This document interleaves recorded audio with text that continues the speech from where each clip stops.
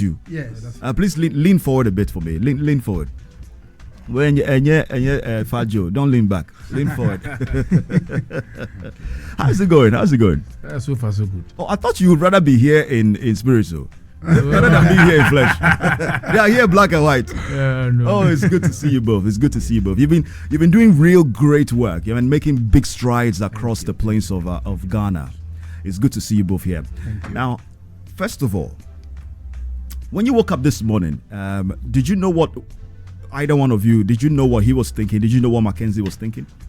9 times out of 10, we don't know what. 9 out of 10 times, you don't know what either one of you think. If we accidentally end up singing the same song or coming out of each other's rooms with the same outfit, it's really just the twinity.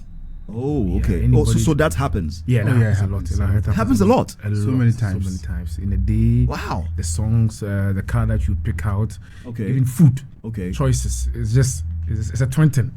Right. Yeah, so is this normal with all twins, or this is just you? Mostly, it's very common in identical twins. Oh, identical twins have common sometimes they will be miming of songs in their head, and then when they cast it out, it will be the same songs. People that have twin friends, they will tell you that. They know. They really sometimes behave the same with songs, words, they clash in words. It's really very common. I have a lot of questions to ask twins. Maybe today I'll have the opportunity to ask. Okay. One of them is when one's got a girlfriend, but the girl is confused, how do you tell the girl that it is me? Personally, I think any lover knows. Yeah, or any twins that have a partner or wife or girlfriend. Yeah. The partner should know that this is my twin. Like how? I mean, it would be ridiculous to fall in love with a man without knowing him inside out. Yes, I know, but I fell in. For instance, if you fall in love with Mackenzie, and then you go travel and come back, Mackenzie says, "Oh, I'll be at the airport to pick you up," and then this is Mackenzie and McMain. They are both there. Who are you then walking? I think you're not in love with Mackenzie or McMain. No, the point is, even if in as much as twins are identical, there's really a lot of differences. There are a lot so of many differences. Can you tell me your differences? What differences? You'll be giving out that secret. No. I want to know your differences. Is it? I mean, some basic things. Basic things like how we talk. But you know how you talk. What do you mean how you talk? You're talking the same way. No, you pay attention. Just some simple basic things like he wears his wedding ring. I don't wear mine. Okay. That's a lot of. Oh, I see a small little. Okay, you both have it anyway. What, the Kabbalah? Yeah, it's confusing, isn't it? Oh, yeah, certain things are very identical. But there's so many little things that you pay attention, they are different. Okay. So the lover will know. Yes. The lover will know. The true lover. Welcome to the show. This is Artsy, man. So how did you both discover your spiritual calling as mystic twins? How did that come about? So I think we started off as Knights of the Blessed Sacrament at the Immaculate Heart of Mary Parish in Kwaraso. Okay. So we served so many years, and then we delved into a little bit of church.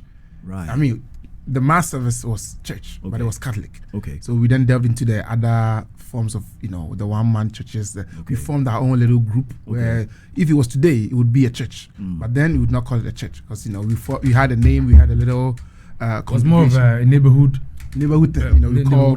We call the neighbors, and then we come together, we pray and stuff. Okay. So we started from there, Catholicism, and then we formed our own groups, and then we evolved into the ancestral. We wanted to find out what it is about the Obosom that the Ghanaian feared so much. Why that? What inspired you? How did you reach that? It's an inner call. Inspirations are from God. Okay. When you are born to walk on certain path, the paths and the signs will draw you in. Like most kids. You can run, but you can't. Most people go to church as kids, and they just want to go to Sunday school and finish. We did not just go to Sunday school. We wanted to be part of the altar boys. That's where the first calling comes from. And then you don't want to leave the church when the church is closed. You want to wait till the church is clean the altar, pick the chewing those gums little things. Yeah. That's what people that go to school. Some will just go to their lectures or class and just extra class. They don't want to go. Other school curricular activities. They don't want to even. Yeah. I get the picture. So we started from there at the church house, and then, like they said, the one-man churches, the shrines, and then we befriended a lot of foreigners. Okay. And through that, mysticism were initiated through the mystical arts. Yes, at a very early age. We did not even. What age was this? This was about 14. 14, right? Yeah. At that time, we had stopped being Catholics. Okay. And then we were very open-minded. And then we had experienced the ancestral worship to. We've consulted, and then we've seen. Okay, I mean the shrine is not very scary. They just have to put lights in here and stop scaring us. Hold on a minute. It says the shrine is not scary. Yeah, you just need to put a little light there. You see, it's really nothing scary over there. Okay. You know, kunkuma boa and gugu na, you know, you start to realize that nothing to fear about it. Right. And then the drawings too were just scary. You realized there was actually a painter who did the drawings. Yeah. It wasn't like it was the painter is a human being. No. So you start to realize that, okay, all right, you see discernment in every part of religion. Right. So for a couple of years, we exempted ourselves from religious denominations, and then we were fully spiritual. We did angelics, called upon angels, we studied demonology for 3 years. At where? With the Indians. Okay. Yeah, we practiced Buddhism. Okay. At the point we went to India, Delhi, spent some time there, and then went to Tel Aviv. That's when we actually spent real mystical. We learned mystical arts there from a blind man. Okay. Who initiated us. A blind man. Yeah. Wow. Yeah, there are blind rabbis. Right. Who can impart you with healing gifts, whatever that it may be. But you will have to have the calling. Or they will see you. They don't see you, so they will hear that you have energy. You have a vibration. Yes. Okay. And if they feel like, they will tell you, this is not your calling. They shake their head and tell you, this is not your calling. It is not your calling. Yes, it's not your calling. Right. And most people that are parading themselves now in the arts of religion, spirituality have not been well vetted. That is why they face attacks. Wow. Yeah. This is going to be a long conversation, but we'll try to make it quite short for you too, and very digestible as well. Actually, we're going to drive our conversation heading towards entertainment and spirituality. What's going on in that realm? Because a lot more people are confused. And in a way, this guy gave more numbers. If you go talk, he coughs they say what they there? So he just has charisma. Now I don't get personality charisma.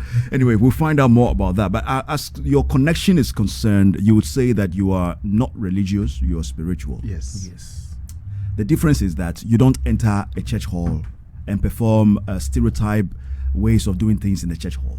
You have a different way of connecting with a supreme being. Yes. Okay. All right. Am I speaking your language? Yes, you are. Okay, yes. Good. Because I also study small thing, like sociology, small. Okay. Yeah. So now, many say twins are spiritually powerful. How do you interpret this? A lot of twins. Because we've watched a lot of Ben 10. And we've watched a lot of so and so foreign movies where the twins, they do their hands like this and then they join power. The channeling. The channeling. You see that? The channeling. So what is that? So not all twins are powerful. Okay. All twins are special. All of them. Okay. The gifted ones and the not so gifted ones. But I know a handful of twins that are struggling. Okay. Financially. Okay. Even in their marital, whatever, they are going through so much that you'd even wonder, are they twins? Yeah. You know, I've seen twins that I've not even seen. I can go very low. A lot of twins are struggling. So twins are not powerful. Twins are special. Because everybody is giving birth to one baby, two baby, siblings, but then one woman is able to bring forth two at once. So they are special. I see. But then you will have to actually sanctify yourself as a twin. So there's something in our tribe where other tribes have it too, but in the common one that we constantly teach on is the Abamu. Abamu. What is it? What does it mean? It is a twin. I want to say deity because when I say a deity, the Christian will say, "Oh, Abusum." Right. So it is the twin pack. The consecration of twins in the Ashanti kingdom. Yes. Right. Okay. Okay. It's necessary. It's not idol worshipping. No, it's not. It's not. It's not faith based. No. It's a twinity. It's culture. Right. And that is what charges up the twin flame, the twin power within twins. So if you are a parent of twins and then you have twins and you've not actually consecrated the twins, they become a burden unto you. They become a curse unto you more than a blessing. And other tribes have their own special rites and passages that they use to initiate twins. Right. Even in the Gap traditional, I've seen. I think they celebrate like every year. They celebrate some twin festival. Twin festival. Yes. Yeah, they celebrate something for the twins. And all of these things are to charge the twin flame and the twin power in twins. All right. Yeah. We're moving closer to our big conversation. Right now, though, so you guys, you both are not just any twins. You are not just any special twins. Yes. You are a what? mystic twins. Mystic twins. Yes. Okay. Does it mean that the mystic twins can do specific things that special twins cannot do? Yes, definitely. What can you do? We can actually, like my brother said, consecrate other twins. Okay. We can initiate other twins into their special calling. Yes. Okay. All right. Yes, because we did not have people do that for us. For humans like myself, special ones. How do you emphasize that? Of course, as a special human. For us who can't understand what you mean, is there something you can do that we humans will see it and say, "Oh, Anukwara, these are mystically special twins"? Like physically, that I know. Oh, yeah, it's a. If you've had friends, you've had twins as friends, and you genuinely cared for them, you see that you were working with your own mortal guardians. Right. People that have married twin women, they will tell you that their business, their life has been good. People that have married twin males, men, they will tell you. Hey, this one, what you are saying is twins promotion. Yeah, twin promotion. And you know, twin promotion. And you know what's going to happen now? A lot of Twins parents, not parents, the men who want to marry them, they're married, they want kids. Charlie, baby, or something. But if you've noticed, you see someone can have a lot of children. Say, "Oh, I'm done with kids." Yeah. But then they will be praying. They want twins. If they get twins, it won't be bad. But you may get twins and you get special twins, but you may not get mystic twins. Is there a way to get mystic twins? Only God. Yeah, only God. So your parents didn't know that they were going to have mystic twins. One thing about twins is that twins are never given to extremely wealthy parents. Really? yes. Oh, this is breaking news. So if you've been chasing money and you want twins, forget about it. Unless maybe you do IVF or something. You know, WJK. I mean, from my knowledge, No, but apart from the kids, they're twins. Yeah. You know, those guys, they can afford a lot of fertility stuff. Okay. IVFs, but Okay, but you're looking at the real. Natural. It's very rare. Yeah, okay. It's very rare. That's why a lot of twins, they always have struggling parents. Right. There are the four that I knew growing up. Later growing up, I realized that, you guys were adopted. I never knew. Yes. Yeah. Yeah, but majority of twins, they come from a place, humble beginnings. Yeah. In your home, whilst growing up, how heavy was entertainment at home? We were raised in like Very Christian home, very Christian home. Catholic. So certain type of music We didn't not listen played. to. We listened to Not at all. not We listened to You listen to No, not at growing up, no. Catholic homes. No. I see. Hymns, Hymns. chants, Yes. the saint musics. No, but this news, I thought Pentecostal houses are rather strict on that kind of music. I thought so. Okay, so ours is because our fathers and sisters are Roman fathers, and we shared a wall with the mission house. You dare not play bush. Yes. So it's like we are growing up to be Roman fathers. Roman fathers. Uh-huh. That was the plan for us. That was the plan for Yeah, us. yeah. I went to a seminary school. Okay. Oh, nice. So I understand what you mean. Yes, If the yes. fathers don't We joke don't around play with that. that. Yeah, you don't joke. One time we printed Tupac's Tupac's picture Ah. in the bedroom. The father just came. The outlaw, yo. And then Yes. that's when they seized us from taking communion. Okay, so I'm asking this question because as of now, I know you both have your favorite songs Yes. in the world music section. What's your favorite song? I listen to all types of music. All kind of music. So in every genre, I have an artist. We have actually been, so we didn't grow up listening to a lot of songs. Okay. When we grew up, We explored every explored part so of much. life. You know, in fact, we used to be dancers. We've recorded music before. Okay. So we've acted entertainment. before with Chris Acted before with Atto, Chris Nems. Atto. Okay. He actually paid us. Yeah, in man. fact. Yeah, But, man. you know, the role he gave us, we were acting as demons. I was I don't know Demons Chris in the I don't village. know if Chris saw something. Because in the role he gave us, they painted us like demons in the village. See, let me tell you. So for me, I'm somebody who is like a music excavator. Okay. All right, just picture that. I excavate for music from genre to genre, to sub-genres. I like to go in. Our style. So yes, your style, right? So yes, there was this time I was digging in music some years back, and I discovered the Oriental music, right? Now, first of all, it started with the ambience kind of music, and then it went to Oriental. Then I discovered something else, and I closed my laptop and said, Enya. don't listen to this one. See, the song is playing, but I felt there was some heaviness in the room. You know, so quickly I'm like, no. Actually, you can taste the apple, but you can't eat the seed. Yes. So I closed my laptop and I moved on. Have you discovered sound that clashed with your calling before? Yes. A lot of songs. Right. A lot of songs. There's a song I want to put the song out. The song called Macklemore Same Love. I didn't know it was a gay song. I was listening to it every day. Somebody actually brought my attention to it. So we have gift songs. No, it was a song for the LGBT community. Oh, right. Yeah. And I didn't know. Oh, we've sung a lot of songs in this country that belong to so this section, yes. I just had to bring myself up and then dig into that part of okay, and then there are songs like Rari, Devil's Whisper. Yeah. Those songs. He has God's whisper. Yeah. Yes, Those kind of songs. exalting Lucifer, and then you are loving the song like Yeah. You The lyrics of the songs was so literally about young men receiving richness and wealth, and Yes. you're going to sell your soul. You're going to do a lot of things that the world may frown upon. Yeah. But he never paid attention to the lyrics. We're enjoying it. True. So by listening to the music, the lyrics should be out there. So you should know what you're listening to. No, you see the thing Sometimes is the rhythm is what you are listening to. You are listening that's to. the The thing. okay, the rhythm. The rhythm. And the next thing is because there's the involvement of symbolism in music when you write your lyrics.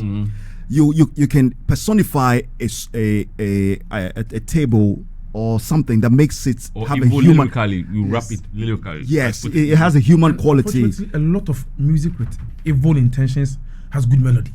That's to distract you. And where do you seduce place you. Enya? Enya. Enya is it's a chant. Enya's music are chant. Enya falls under Gregorian chants. Is it spiritual? Yeah, Yes, very I think spiritual. yes. Hey. It's spiritual. It's simply for Let me sit back. meditation Yeah, to uplift yeah, your spirit. Yeah. Enya songs are strictly spiritual. No, but That's why you see- Enya they live their life outside of social Entertainment. Yeah. Yeah. Right. So Those kind of songs. So Nene, this is the conversation we need to have. We know that you, Nene, will create music on your own with no sort of energies that are dark Absolutely. energies backing it. So I might want to refer to that as pure music.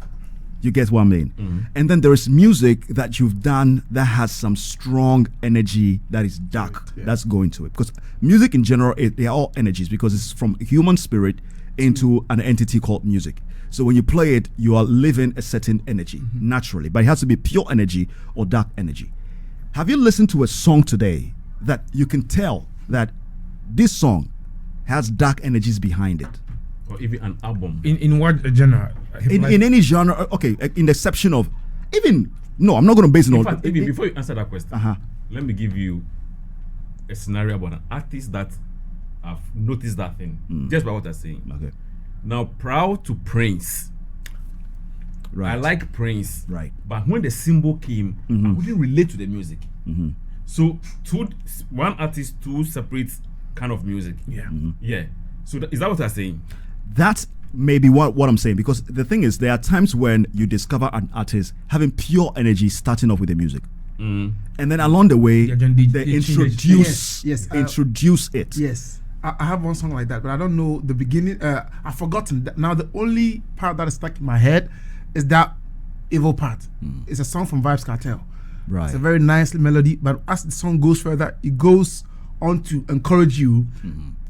He says something like, "Kill them in the clocks, kill them in the shoes, kill them in the slippers." And then he Right. goes further, "Kill them with gun, kill them with knife, That's kill them inciting. with scissors." Right. And that incites violence. Yeah, it's and then songs inciting. like Enya, songs like Prince songs, some of them are love songs. Right. Beatles. These songs were literally promoting Satanism. Aleister Crowley's whole religion. There was this group called the Beaches. The Beaches. Yes, You you thought the song was think- about beaches. It wasn't wasn't. about beaches. Right. It was about doing what thou will, which is an occultic slogan and slang. A lot of Beyonce songs, a lot of Rihanna songs. Like the personality my brother was saying, there's two personalities in every musician. Right. They have the alter ego and they have the artist kind of image. Yeah, the super one. And there is nothing like a pure music. The artist can be pure and innocent, Yeah. like Ebony, may his soul rest in peace.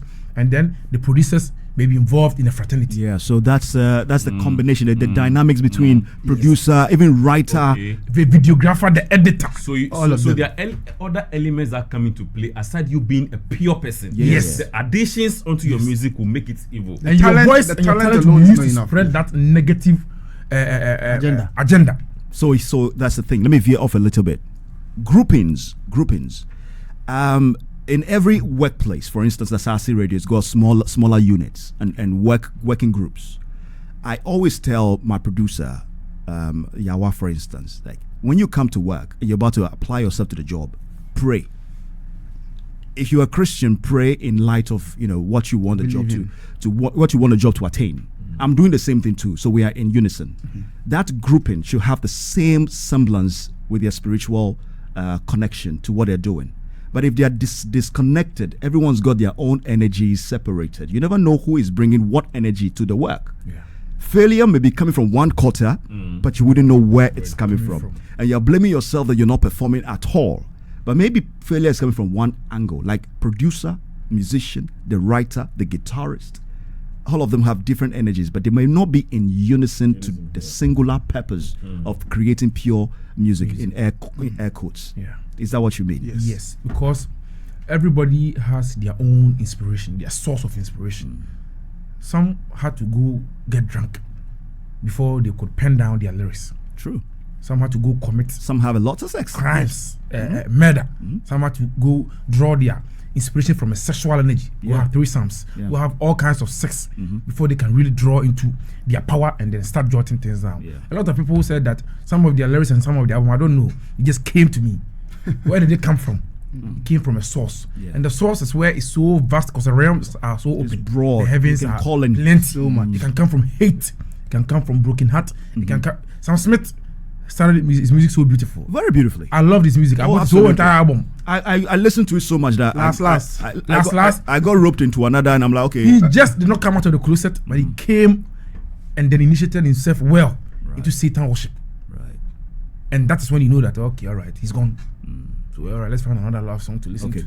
Now let's bring our conversation to a much more digestible level. A listener of a song, how would I identify that this is not a good, energized kind of song? And I know we're talking about music here, but we're talking arts and entertainment in general.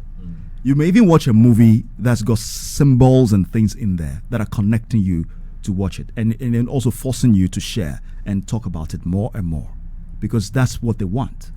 How would I identify that this is not of good calling? I know you said the lyrics one, maybe the melody, but melody is melody, isn't it? The drum bass is just a drum bass. Any other artist could have used that. But how would I identify that this is this? I think it would be how the artist, the musician, how they carry themselves, how they dress, what they wear to stage, even how they perform. Their message in the music and how you react because after listening to directly or indirectly, any musician, whatever they do with their lyrics, is offering some sort of allegiance to a spirit. Because if you are singing and praising, oh Lucy, I love you, oh Lucy, you never betray me, Lucy, you are praising Lucifer. So if you are also talking about Jesus, I mean, some lyrics can be very hidden. Yes. So it all depends on the musician, the artist, how they carry themselves, what they wear to the stage, how they, some people come to the stage and they have like Usher. He has this sexual thing that you do. You give the woman apples to suck on. He's a sex symbol, isn't it? Yes, and that is the things that you have to look out for. Like, what is this song teaching me? It's teaching me how to be naughty. So when you go home and you're making love to your wife, it's never enough, because you want to do the other things that Usher was doing. 3 women, 1 balls. Sorry, the 1 apple, whatever it is that he shows them on stage. So and then it comes down to your reaction. If you're listening to music and your reaction, how does it make you feel? How it makes you feel. If it makes you feel too low, even some gospel music can make you feel too low. You don't need to be too low. Why should you be listening to that music? Are you fighting? You're not fighting in life. And they'll show video of somebody who is struggling. Never succeeding. You're singing along. You're singing along, crying every day. Some people like to listen to sad songs. No, but I know one thing about me. I don't like to listen to songs that glorify death or poverty. So, Emily Beba, me can't say my yes and mine. I won't sing that. Skip to Christ. I skip it all the time. Because I believe that whatever you profess on yourself, do the manifest. tongue, the power of the tongue. Songs are mantras. Like that Lumen song, the about time we are not. It's too sad. Some people have their mothers alive and they are still singing these songs. No, you see, that's the thing. You get caught up in the melody, in the rhythm. You understand that music, lyrics, they are mantras. Michael Jackson prophesied to that. They are mantras. The repetition of the chorus is mantra. And mantra during meditation in Buddhism, they taught us. These mantras go into your brain, ascend into your spirit, and then it enters into every part of your life where there's a loophole. So you listen to a song, the repetition, the constant repetition of the same mantra over and over again. It's either going to heal you or destroy you. Actually, so when you dig back historically, you find that music, not as we have it now, but it has been in a form of chants. Yes. So they have a choral group that chants in a certain cadence, a stereotyped way of singing it, and they have a certain crescendo to it. These are also forms of mantras that they put together, and they sing it in a certain form, a certain time, certain day. Could be used for healing, could be used for wheeling people. We're going to talk about wheeling people, where you will somebody to do something. Yeah. You could actually sit here, concentrate yourself, center your spirit, and will somebody to run into a car that's driving by the road. So this music especially I'm referring to, dates centuries back. But I think music has changed, and a lot more has been involved in music. What is the effect of me listening to a song that I find, this is just elating, it's exciting to listen to? It has lyrics that are graphic. It has, because there are people who enjoy rage music.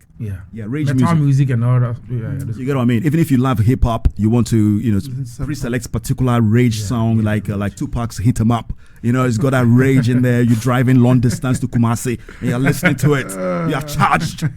What is the effect of listening to songs like that? The effects always show up in your real life. Okay. How you move at the speed. Like you said, if you are driving to Kumasi. If I'm driving to Kumasi every time, I have two playlists. Okay. The one that I begin with from Accra. When I pass in that door, I change the rhythm. Okay. That's when the overtaking and the rough riding comes in. So it's the music. Right. It's the theme of the songs that are pushing you to that level. Right. Music, originally, witches used it as a means of chanting. Chanting, summoning, evocation, spirits. So every type of music that we listen to, the message sometimes can be very deceptive.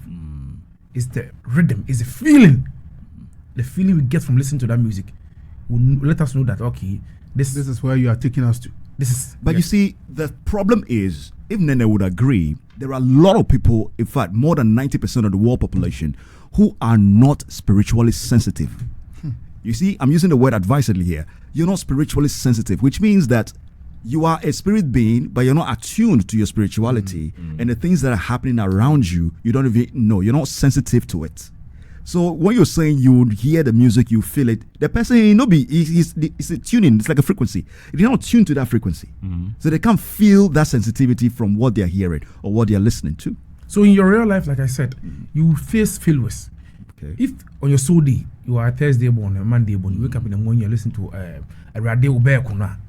You are going to struggle because that's your soul day. You're supposed to listen to songs that uplift your spirit. Right. Even if you are jobless, listen to songs that uplift you. That makes you feel like you have $1 million in the bank. And so as you wish, it will manifest for you. Some song can uplift and manifest you to be creative. They can bring in ideas that you never thought you had. They can inspire you to just dress up. Just go and be dropping your CVs at different companies. All right. Before we go, let me find out from you. Is the Ghanaian music and entertainment industry at risk of this, of involvements, of principalities, dark energies, channeling, all of those things, and people chanting things in the night? Charlie Jack, me will record you, my recording you know, and yet the crowd, but oh, my first spirit to back in uncle. 100%, 1,000%, 1,000%. We've heard artists saying that they've seen their CDs. Tiny one said that somebody pick up his CD. You draw closer to the mic. From Dawudumi Cemetery. This guy Ed Amreku, Mark Abraham once said he dropped an album and somebody took the album to effect. So among the artists, so that is even somebody trying to destroy your progress. In this case, trying to destroy the person's progress. Career. All right, so there are two forms of this conversation then, so we can wrap things up. There's one, people try to malign and also try to torpedo your progress. Through spiritual means. And when I mean entertainment, I'm talking about all the entertainment, the music, movies, radio presenters, TV presenters. As for radio and TV, I've heard before. She rings by heart. Yes, so there's that too. And then there is the one that the person says, I am going after this. I'm selling my soul. They say selling your soul to the devil. so I can become successful? Okay, so before we move on, I'll correct it that nobody can actually sell their soul to the devil. Okay, all right. Our soul does not belong to us, and the devil cannot take your soul. Okay. You just do a bidding. It's a trading. Okay. Do what You give something to take something. Say something. Okay. The artists, some of them, majority of artists are all spiritually inclined. I Some see. are just hypocrite. Some just don't speak it out loud. Some decide not to show it off. Some like to wear their printed rings to show, to scare people, to show that they have power or they have whatever. There are artists who cut their tongues. Yeah. So the lyrics and the songs that they bring out. Some penetrate. after making their album, they take it to the altar, wherever the faith lies, church, shrine, wherever. Right. Just to charge the album and charge the photo, the album cover, everything. But wait, is it okay to want to charge your album? Nothing wrong with that. Nothing wrong with that. No, nothing right? wrong with that. And to Jack, what was here? You release your album, you bring them to me, Movie. You bring it to me to play raw. You don't charge them. It's spiritual promotion. Yes, spiritual promotion. Yes, spiritual promotion. So that's what I'm saying. That you've done your work and you don't charge them, and you bring to station make it play. No. You don't go hit You have to charge it. But charge it purely. Is that what you mean? Yes, charge it purely, and then when you The charge level where How do we charge it purely? so many forms of it, so many forms of cleansing. There are surface ones, cleansing it, letting maybe if your mother is alive, you let them pray upon it. Right. You know, you have a wife, you have children, they pray over it. You sanctify it with the scripture. You're a Christian. You are a traditionalist. You sanctify. You slaughter. You sacrifice. You make a sacrifice upon it. That's advanced version. Yeah. Well, there's so many forms. Sometimes you can just cast good spells on it. Okay. You cast spells on it. Good. Can you cleanse Well, on your own? Like yourself? all have sinned and fall short of the glory of God. There are many things that we wish we could do, but sometimes you have to take it to somebody who is well versed. Well vexed to Yes, do for you. you know, like if I want to set up a studio or a radio, I need somebody who's Advanced in it. So you don't sit home and start calling things and start. You call wrong things. You call wrong things. That wrong number. Yes. Like people I know who probably wear certain rings like you mentioned just to scare people. And they buy it from the roadside. Yeah. Maybe your aura. Or your You don't need Yeah. to add rings. You don't need to add to it. silver rings. You are depleting it. Yes. And you go and wear it. just to scare Anything, people. everything. Charlie, if you look at me, what's my aura? Positive vibrations. Positive vibrations. So you wear the thing and you're trying to scare people, And to but attract you are more attracting problems. more More problems problems. into it. And it happens a lot in the entertainment industry. Right. Some people will even grow their hair. Maybe they're supposed to go bald. Growing hair. Dyeing it all sort of colors. Have you even checked your horoscope, your astrology? What colors work for you? But because somebody did it, you're also doing it. For all you know, who you bring ya. You And what they will say, don't get beer. You're My not supposed manager, to. my manager said I should do it. My manager Their said. career will go down. Guy, you the chase beard gang. You don't forget beer. You go buy It's oil, true, plenty it's true, oil, plenty oil. There be It's true. Now the hair is growing, push. That's why every small And the pro- dreadlocks is too much. Yeah. It's that's too why much. every small prophecy will start to affect their career. Yes. Right. You're coming down to the prophecy thing. See how people prophesy about entertainment people. Yeah. They forget it's too the much. most important thing about how entertainers. The moment someone comes into the limelight, they have walked through a portal. Fame is a portal. Yeah. And it's addictive, isn't it? Yeah, and when fame comes to people, that fame comes with certain negative and positive energies. Yeah. So before you even make a prophecy about someone in the entertainment industry, I had the pastor that did that has been arrested, and they don't see the effect of that.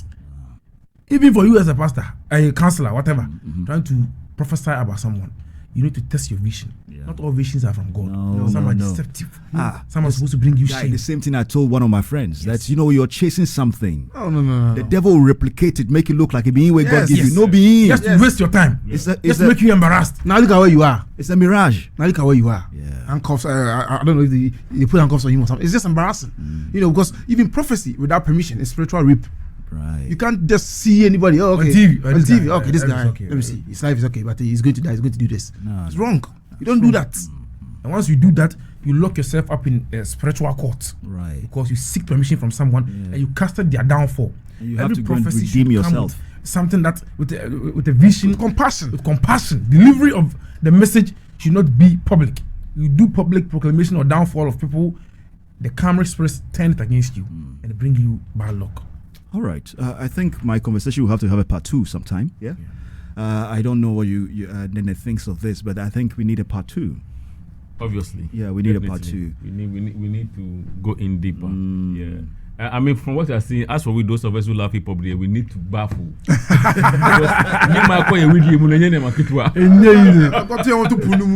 Anyway, Yes. I want to say big thanks to the Mystic Twins for coming in. Thank you for having me. I'm actually really touched, and it's been an enthralling and eye-opening conversation. We'll have to have a part 2 of more concerning the psychic energies, psychic attacks. With people have psychic attacks, and sometimes you're driving by the roadside, you're going, somebody crosses, and says, "Oh, come on for that, for that." You're probably drawing some energies to yourself that you need to be very careful with. More of that will be coming up. But thanks so much, guys, for coming. So this has been a conversation with the Mystic Twins. They are Ghanaian spiritual mentors who go by their original names. Nana Akwesi Ajiman Penyin. That's MCMAINE. Who's MCMAINE? There you go. And of course, Kakra, who's McKenzie.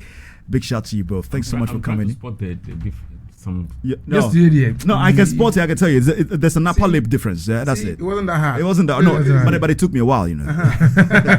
because I grew up with, I have cousins who are twins. Okay, and we are about 14 guys in the hood. I'm the only person who know this is Melody, this is Wasti. Wow. Because one is calm and the other is hyper. The other one is hyper. Yes. But anyway, able to say it, yeah. It's been a good conversation. If you want to catch more of this conversation, go to Asase Facebook Live, and you can play back at your downtime. I'm saying goodbye to the Mystic Twins. Now, come